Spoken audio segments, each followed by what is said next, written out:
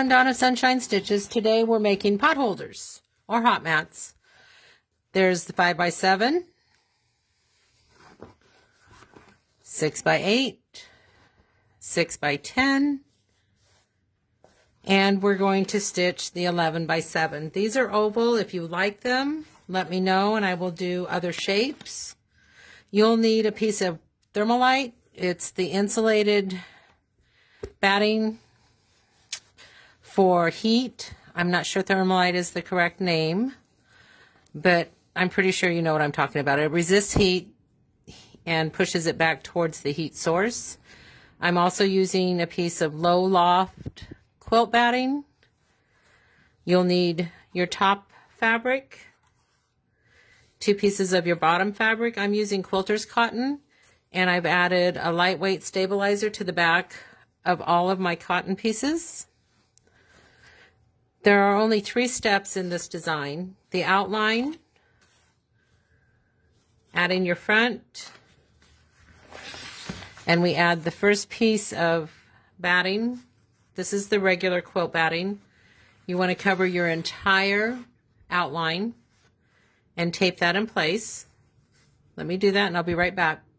Okay, that's all taped in place, and I add 2 pieces of the different types on this one because I want to make sure to protect my table. So this is the regular quilt batting. This we will add in the last step.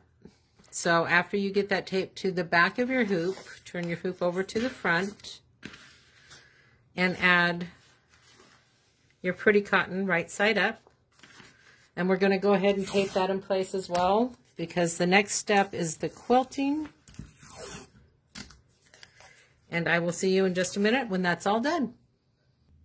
Okay, our quilted portion is complete. And remember, you also added just plain low loft quilt batting on the back. Next, we're going to add the Thermalite, the heat resistant, on the back as well. And you're going to tape that in place. Okay, so now you have 2 layers of batting, 2 different types on the back. On the front, we're going to add the first piece of our back. You want to make sure you cover the end of your piece. And you can finger press this or press it at the ironing board. You want to press it in about 1/2 inch and tape that in place. So I'm going to do that.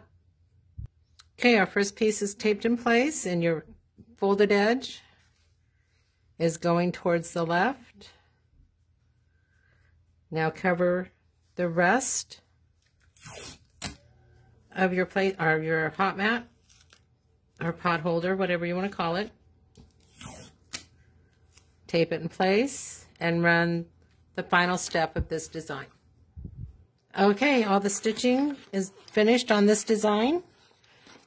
When you're working with any open areas, always be very, very careful with your needle bar. Don't walk away from your machine during that step. Make sure everything stays in place, nothing gets caught. When you're all done, remove your tape and your tearaway. I'm going to do that, and I'll be right back. Okay, I've removed all my tearaway. Now I'm going to cut each layer of batting very closely, one at a time. So it's going to look like that. And then I'm going to cut this one and I'll be right back. Okay, both layers of batting are trimmed away very closely. Now I'm going to trim around the entire design about 1/4 inch. I'll finish that and be right back. Okay, it's all trimmed. You're going to reach in there and just turn it right side out. So I'm going to finish doing that, and I'll be right back. Okay, there's your placemat. All turned right side out. You'll have to stitch along the back here. And I like to add a little seam right around the edge on the sewing machine. So there's the 11x7, 6x10, 6x8, 5x7. Thanks so much. Have a sunshine day.